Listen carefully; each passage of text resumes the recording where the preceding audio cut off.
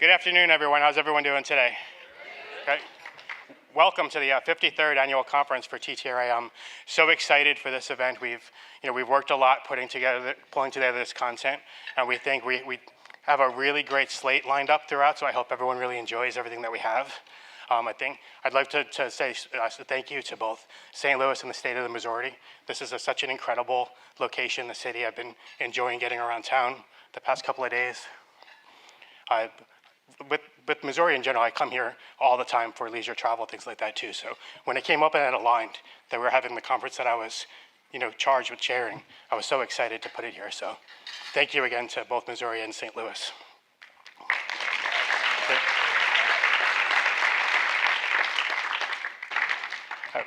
With that, I'd like to introduce Anna Blunt to the stage with Longwoods.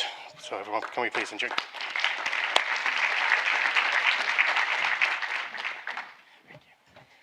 Longwoods is so grateful to sponsor the opening session. Not only have so many of us contributed to planning this conference, and a big hand to all the people in all the various committees who actually did that, because it was a lot of work, guys.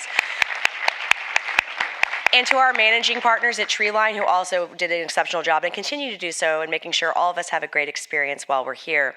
I'm not going to pitch or anything. I just want to say that Longwoods is so grateful to be partners with TTRA. Amir, our CEO and president, can't be here, but he sends all of you his love, and he knows that with the Missouri and how much he cares about Missouri and St. Louis, this is going to be a wonderful experience for all of the participants that are here.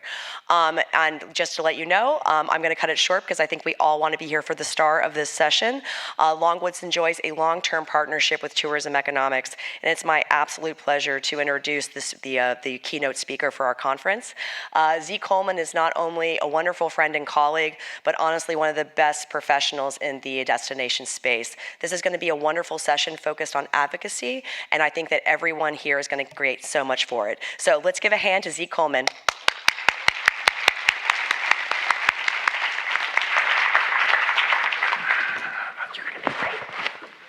I hope she didn't oversell it. Man, all right. Hopefully it's good. I'm after lunch, so I have the task of making sure that you guys don't fall asleep. So we're going to look at analytics for advocacy. We're going to look at a few examples. I tried to make it fun. For those of you that have seen some version of this, it'll be a little different, but you'll see some familiar slides. By and large, this should be a new presentation, so no booze.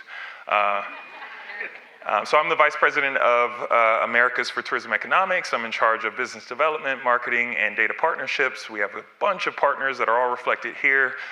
To you partners, I tried to be fair and show examples of as many of you as I could, but I didn't get everybody, so shoot me later. So there's two realities I want to point out before we get started, and that is that there's more sales, marketing, and lodging data than ever before, and it's still essential to destination marketers. And so with that, we may actually need something of a game plan or a playbook, if you will, for advocacy, to use this data for advocacy. Before I jump into the next slide, let me ask you this. How many of you are Marvel or movie fans in that regard? Yes? Have seen Marvel all the way through or not so much? Yes, you saw at least Infinity War or Endgame? Yeah, okay, so this won't fall that flat. All right, so what if we think about this topic of advocacy and analytics for advocacy as an epic adventure to save the world, your DMO. And in this case, data equals different infinity stones. You guys following me? These are these powerful things you can harness, and if you get them all in your knuckle and you do a snap, then magic things happen, right? Especially if you use them all together. Next, if we do this, let's identify some key players in this. Our heroes, our stones, and our enemies. Now, they're not really enemies, but they could be, and I'll get into that a bit more. So, your heroes, know your heroes. Have any of you seen Mortal Kombat, the first one? The good one? Yeah. You remember when Kitana says, know your whatever. That's kind of what I had in mind here. Know your heroes. All right, the first is DMOs. These are ones that generate certain data. So this is you, right? You may have a website, and so you generate website visits. You might have, budget data, tax data. All this data is vital to tell your story to the community and say why you're important and why tourism is important to the destination and to everyone in the destination. Second, third-party data providers. These are people that their sole purpose is to sell you stones, if you will. They want to sell you different powerful tools that you can harness to tell your story. And then similar but different are industry vendors. They could actually sell you data directly, or they could do services like Longwoods, right? They take some of these stones, they pull them together, and then they present you with a study that answers lots of really important questions. This could also be your agency. They may run campaigns for you, and that generates certain data sets, but vendors are one. Next, let's look at some of these stones, some powerful data sets. So this isn't all of them. I have a more exhaustive list coming, but you have credit card data, marketing attribution data, visitor movement data, booking and intent data, CRM and sales data, and even website data, and I'll show you an example of DEI using that data. Third, your enemy. Now, I say enemy, but they're not really enemy, but they could be, right? And when I was at Visit Savannah, just a little context, I was at Visit Savannah for over a decade, and toward the end of my tenure, we had some elected officials that attempted to do this to some of our data sets and tell stories that were bad for us, right? And so these are your board, your government, your media, your residents, your industry, your members, and basically they can use the data for you or against you. And so knowing them is going to determine at any given time what stones you use or what data sets you're using, when to use them, where to use them, how you amplify their power, and when to run for the hills when you notice that they have bad intentions. Now, quick pro tip that may make some of the data providers and vendors a little squeamish. Here are some questions that I like to ask of data partners of their data. First, what question does your data answer for me?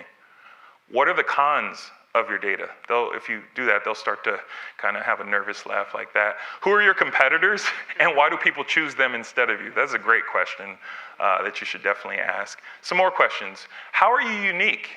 Are you the actual origin or source of this data, or are you purchasing it? The reason for that question is, could you be susceptible to losing access to the data that you're now selling me that I'm going to go tell stories about that I won't have in a couple years? Do I need to be tech savvy to use your data? And they'll start to look at you like, wait a minute, are you actually lifting my hammer? Another question, do you implement the data? How long is onboarding? Can we download the raw data? Now you're really like zapping them like this. Can you just customize reports? These are all great questions that you might ask of them. And the last group of questions that I would say, who else uses this? Are there any like me, or are you selling something that I really can't practically use? You're selling it to big destinations. I have a little destination budget. Is it deterministic or probabilistic? Who knows what that means? Somebody? Working definition, simple definition? Yes, you're gonna? Yeah, you. Shout it out. So basic deterministic, like is highly possible that a cause is going to lead an outcome. Probabilistic is by certain chance that it is likely to increase the chances that we the outcome. Love it. One-to-one match versus modeled, assumptive kind of data. Great answer. Top KPIs with your data. Basically, what are the things that I can tell from your data set? And that's going to tell you a lot about the data set you're using. And they'll really look at you weird. All right, first data set we're going to look at, debit stones. You could also say credit stones or purchase stones. What am I talking about? Visitor card spending. So this is data that basically is visitor card swipes happening in the destination from billing zip codes that are not the same as the destination. So these are basically visitors. This can be broken up by age, income, origin, spending categories, and this comes from all the different credit providers. Some that we would work with would be like Visa, TransUnion. Some cons, it's an incomplete spending picture. You would think that credit cards tell you enough and comprehensively enough about the visitor, but they don't. Here are some ways in which this is bad. It's not great for hotel. It's not great for transportation. Why? Because if you book your flight online, then you don't swipe that card in the destination, and so you are always going to underrepresent that. And very similar for hotels, though less exaggerated. So you definitely want to anchor this data set against other data sets in order to get a more complete picture. That is why you would do economic impact studies and anchor it with lodging data and tax data and BEA and BLS and all that stuff. But the pros of this data: massive coverage, really great stone for you to use, great volume. It's deterministic if you want to suggest it to your marketing team. Jonathan Smith-Gall, the LoveCom agency, they can upload that to, in a DSP and target people who spent in the destination. And any of the vendors, I know Epsilon, you could go to them for something like this. But it's great. You can also align your content with origin, age, income, and season. So really powerful stuff there. Here's an example of this from maybe an advocacy perspective. So you might have a question. I know we had this in Savannah and Tybee Island, our neighboring destination. We would ask, we would know spring break's coming. The narrative was they trashed the beach. One thing you could do with this data is look at March when the spring breakers come, select the 20 to 29-year-olds and see how much do they spend, not only during that time, but what about the rest of the year? And is there anything to this narrative or not? But either way, the data allows you to cut through the narrative and show something potentially concrete. Another use case: which businesses did visitors actually swipe their credit card at? So we would get accused of only marketing downtown, only marketing certain parts. With this, we could say, hey, Old Town Trolley Tours, actually your name is number 8 in that list and visitors are coming to you. Or, hey, obscure suburban community business, they also spent money at you and that's your name on that list and I know how much money you made. Or, hey, casinos, we know that they're coming to you and yes, we have your data. So this is a great data set for that kind of purpose. Again, not great for transportation and lodging, great for some of that other stuff from an advocacy perspective. Now, Snowden stones, these are creepy. This is particular to mobile location data. So we're gonna go with Arrivalist and Datafy and Near and all the ones that can do this sort of thing with that kind of data. This is, in this case, media and website attribution using location data. And what we're doing here is these are devices that visit the site. It doesn't have to be the actual phone that visits the site, just any device that visits the site. It's then mapped to the phone, and that phone then shows up in the destination. And so they're basically saying that, okay, 30,000 people went to the site. Of that, 1,500 went to the community. The cons, and this is just real. Get mad at me later, Lauren. There are privacy threats for this data set. It's real. And I would ask all of them to always explain to you, what are they doing about that? How are they cleaning it? How are they modeling to account for that? I still trust this data set very much. I think it's going to be around for a long time, but you do have to think about that and just make sure you ask those questions. The pros are pretty much limitless. As Cree showed in his presentation on VFR, there's some really cool things you can do there with Arrivalist data, but you can understand site usage versus visitation. So basically, people are going to this section of the site, they're seeing all the content, we hear it so great, but how many of those people that frequent that section actually come? How much of a driver is that potentially of visitation? You can see the origins that touch certain campaigns, top converting content on your site. It's a really cost-efficient add-on a lot of times, and you can optimize campaigns and sites with this data. Now, some examples. The first one is, how is our website performing in the winter months? That's a very simple question that you might want to understand.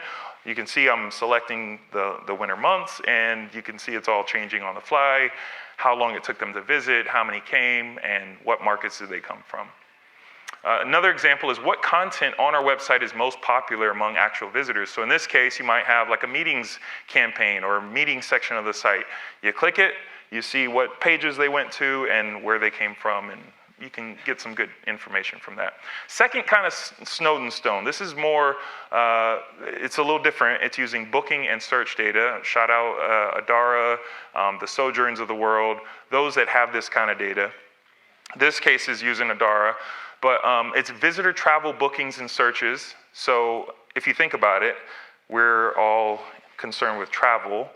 You can actually know people that are searching for travel before they've booked, sometimes 60 and 90 days in advance. It's really, really powerful information, right? That's an infinity stone for you know what. So that's a good stone in order to get in front of people. These data sets are also deterministic, so it's one-to-one and it's great in like a clean room environment. Now, shoot me later, Leroy. The cons, sometimes it's lacking boutique hotels and short-term vacation rental data. So that stone cannot help you with that. You want to kill Thanos, you don't use that stone if that's your thing you're trying to go at. And it's also dependent on data partners. This is just a reality, right? Nobody has Delta data except credit card. You can get affinity data through Delta. But anyway, Delta had a breach and said nobody else gets access to our data. So if there are gaps in data sets that you want to see, you have to account for that. But the pros I already alluded to, you can know how far in advance to advertise, understand which origins yield the top rates, tailor content based on hotel class, and know who you lose business to. And I'll show you an example of that next. So this is the first example. Which of my competitors do visitors book instead of me? So you may say, I think we should go after such and such a market. And your board says, no, we don't need to do that. It's always been great going after fill in the blank, their favorite market.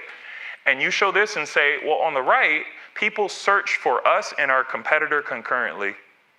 But that's the list that they booked instead of us.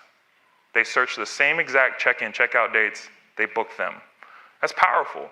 And you can go back to, again, your agency, Lovecom, your media provider, Adara, Epsilon, Sojourn, whoever. And you can say, I want to upload this list of people, and I want to show them videos, advertising, promotions, whatever, and get them to come to us this year and then track in and see did they come. That's a marketing use case, but it's powerful for swaying people in the market when you have this stone in your fist and you can snap and do stuff. Second example, similar, you could look at the source markets that had the highest ADR this time last year to determine who to promote luxury lodging experiences to. So in this case, we're looking at a list of people that came, and we're sorting it now by average daily rate, and you can see on the left who those folks are. So that's pretty cool stuff. Now, metastones. This one's a little, I had to try to get creative to figure out what to call this. This is actually ad tech and DSP data. So again, kind of a marketing use case, but this is data from where your ads are shown. This, it does have cons. This data only reflects those that actually saw your advertising, so it's not really representative of your whole market. Could be swayed because they saw stuff about you. So it's not great for general insights, but what it's good for is tracking your campaigns at launch, comparing campaign performance across vendors. You can make campaign data more accessible. You can identify gaps and shift budget. It's really tactical, something for your marketing team, and you guys can look like the superhero with this. Now, I have a personal example for this one. I actually went to Nepal in March of 2019, and I accidentally left my Facebook campaign running. And I actually think I turned it off, or I set it to turn off, but anyway. The budget was supposed to be, I think, a total of like 10 grand. Spent 50. Yeah, I thought I was gonna get fired. But here's the thing. I had been doing this for like, at that time, 9 years, and that had never happened. I had my stuff down, like it was good. And so I noticed that in Facebook, if there was a certain thing you did, and if you changed the filter, it basically undid your dates. It just said run all the time. And they had never done that before. So I showed that to Facebook, I showed some data and reports to Facebook, and they gave me back $53,000 basically, a credit. So I became a hero. I went from zero to hero using data, and I won against that guy. So I took his stones and used it against him. So this is really powerful data if you have it for that sort of thing, and it's great. Mood and sentiment stones, mood stones. Who has a mood ring? Anybody still do that? No, nobody has that. These are interesting stones. So this is like the Longwoods, the Downs and St. Germain, the destination analysts of the world. Those that have great qualitative research and other research that's really good. Cons, I would say, are it does require solid methodology and quality control. You guys remember 2016?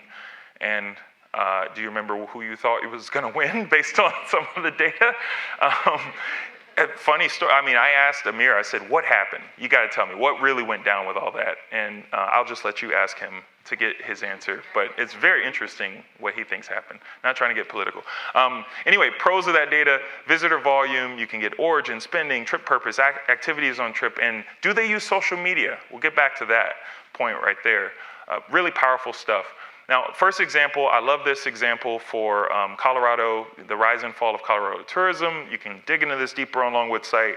But basically, if you zero out a DMO's budget and say they're going to come anyway, what happens? Oftentimes, their competitors take ground. So that's an easy use case. Second was actually emailed this morning. So this I got in my inbox. This is data that can help substantiate or debunk narratives that can be misleading. So this is from Longwood's recent survey and research they just sent out. This is for short-term rentals. They said, according to the latest data, 47% of these travelers are likely to stay in a short-term rental. 49% of travelers support having them, only 18% opposing, and among those that had used them, support jumps to 69%. So this is a very tangible, objective data set in order to argue your case for short-term rentals. So this is really good data for advocacy as well. Next, C-student stones. I try to think of one that's not offensive, but there's no salespeople in here except the vendors, so you guys all get this. Basically, your sales team are your C-students. I'm a C-student. I know that I got other friends in here that are C-students. We're not necessarily the brightest in the room all the time, but we know how to have a good time. And so, but we need data that's simple, accessible. If you take longer than a few seconds to explain it, we start looking at our phones. So you got to get to the point with us. This is sales and CRM data. This is data that's being stored in your CRMs. It's leads, events booked, etc. The only con I can think of is that ChatGPT won't enter this for you. Otherwise, it is phenomenal data. This is from your Simple Views and Tempest of the world, even Salesforce. The pros, you can understand booking windows for your sales team, so you can look at when the data was entered, when it was booked, and then when it's going to happen, and you can calculate all these cool windows. You can share the sales leaderboard for motivation or for coaching, like, hey, you're kind of at the bottom of the leaderboard, we may need to talk about finding a new job. You can analyze conversion windows and need periods. You can see how your calendar is filling out and even look at lost business. This data is already yours. It's already in there. It's just that you may or may not actually be leveraging it. So here's the first example. You can help stakeholders understand tactical shifts. So in this case, very blurry, but I'm clicking on a hole in the calendar. That's the red. On the bottom, you see what's coming in at that point. And then I'm changing to tentative business at the top, the filter, in order to show what else is coming in the future. And then I can go to those salespeople and say, hey, you need to book this business for us not to have a bad month. I could also show this to my hotel community and say, this is what we're doing. This is why we're making this tactical change. This is why you don't need to freak out, which is great. It's great, again, for advocacy and to get them on your side. The second use case is a compression report on the fly. So this is taking STR data or lodging data and CRM data and basically showing that with the DMO, you have 20% higher occupancy, higher ADR, and higher RevPAR. So this is great data to use to make your case and say you should be working with your CVB. Phone stones, can you guess what those are? Very similar to what I've already shown, but this is more ecosystem-based. So it's not specific to your website. It's not specific to your media at all. It's just people who came. So in this case, this is visitor phone behavior while traveling. So the phone doesn't live in the place it's at. There are some important, acronyms up there. CEL is common evening location. That's where the phone sleeps.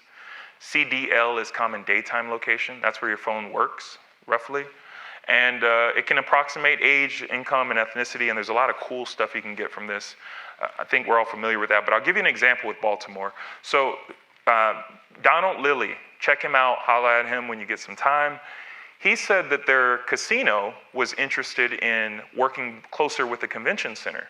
And so they asked, basically, how many visitors that don't live here are coming to our convention center or to our casino and from conventions? And they said almost none.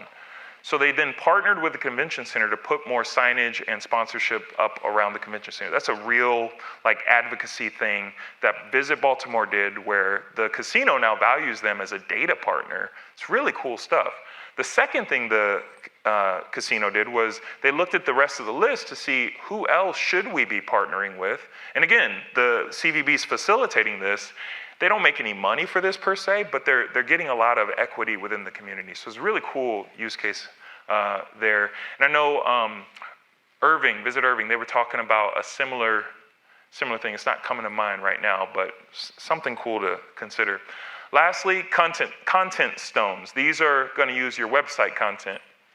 So this is website data. It's kind of like the oldest and the one that we were all excited about in 2010, and we kind of forgot about it because of all these other cool data sets. But I think this is cool because it's yours and it's free. So this is data on how people interact with your site. It's largely thought of as soft metrics, basically not a direct correlation between this and booking or some of your key metrics. The origin of the visitors to your site aren't necessarily the origin of your actual visitors. So I could visit your website right now and it look like I'm from St. Louis, but I'm actually just in St. Louis. So this is, these are some of the cons. But you can get some cool stuff from this, and I'll show you rather than tell you with Visit Mesa. So they're taking this data and they're looking at accessibility, autism awareness, basically virtual tours that are shot at the height of wheelchair level, and visual impairment technology. They're looking at all this technology they've implemented, and they're tracking whether the content and technology is making a positive impact within the destination. Is it being used, first of all? Should we be investing in this? Should we shift? How does our budget and our marketing affect this? And what can we do to make it better? This is really tangible and practical and good. So some cool things there, and that's something it's already on your site. It's free if you have the content. You just need to track it. Now, there's a few additional stones. I won't bore you with all the points about it, but I will top line each one of them. First, Live Nation stones. What's the value of any event? It's just kind of easy, right? You take the location data, you take some of the lodging data, booking data, you merge it all together, and you tell that story. Second, international stones. When is Asia coming back? We specialize in that. It's not a sales pitch, but it is something that's valuable to use in order to understand how international is affecting your market. Weather stones. This one's cool. I like what Go Great Lakes Bay did. Does weather impact demand? They basically had us take hotel demand, hotel rate, and compare it to temperature max and precipitation. So we're looking at those trends to see, is there any correlation? Does it tell an interesting story? I was talking to the Poconos, and they said that they got snow at the beginning or after their main season, and the hotels were asking, why isn't anyone here? Why is demand down? And he said, well, because it's snowing when people are back at work, so they're not coming skiing right now. But this kind of visual could help that board or whoever see that and tell that story a bit better so they can visually see historically how it was and here's how it is now. Flight stones, when will airlift recover? Ban stones, is TikTok used for travel? I say ban because some of the states ban it. I don't know if Missouri, are you guys banning it? Or I don't know. TikTok, workforce, job stones, workforce, how's it changing over the next 3 years? Cruise stones, when will cruise recover? And then stones, this one's interesting. If you polygon all your dispensaries, then you can actually understand how many of those people travel and what do they do? Do they spend money? You can kind of infer some things there. Is Phoenix in here? Because they're like number one. Anyway. And then economic impact stones, what's the value of tourism? So obviously you can bring all this data together, that's what we would do, and you can answer some big questions about research. All right, so there's a lot of stones, there's a lot of types of data. I didn't list them all, but that's my presentation. Any questions that I can answer about this, feel free to scan it and you can email me some. I don't know if you anticipated questions, but feel free to jump up at that mic. Yes, Lauren. Can you make like a guide for people who aren't in Marvel that like, who's who and a glossary of terms? Yeah, a Marvel guide. I apologize if you aren't in Marvel and haven't watched it. I was late to the party too. I got it. Any other questions? Yeah. Is the deck going to be available? Yeah, make this deck available for sure. Yeah, you can have access to it. Anybody else? Yes. Great job, Zeek. Thanks. Thanks. I saw a couple people nodding off, but I'm not going to call you out. I'm just playing. It's my fault. Say what? Yeah, time zones. That's right. That's fair. All right. Well, thank you. I appreciate it.